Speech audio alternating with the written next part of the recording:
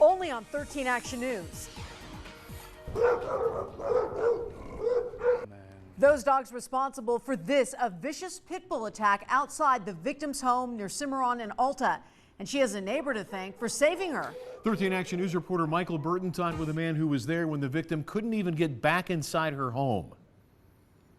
I had the door open here, and I put the grill on. I was making dinner, and I heard this god-awful screaming. What he saw next gave him chills. A woman crying out for help. The dog that attacked had already retreated back to its yard. She was scared to death and in a lot of pain.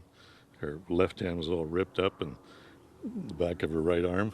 One day later, and the victim's blood still remains. From here, she struggles to make it to her front door, dripping blood from her arm, staining the sidewalk. When she finally makes it to her door, she doesn't even have the strength to open it. That's when a neighbor comes to her rescue. The neighbor across the street, he was hanging out the window, and I said, call an ambulance, there's a hell of a lot of blood here.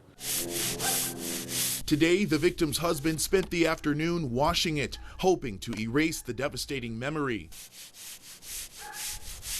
Neighbors say they don't know how the dog escaped the yard because by the time they saw the victim, the dog was back in it. Today, we saw the victim out in public for the first time since leaving the hospital last night. In fact, she was headed back to the hospital for a checkup. Neighbors tell me this entire family of pit bulls is extremely aggressive to the point that one of them even broke down part of this fence. That's why it's now boarded up. They're not fun.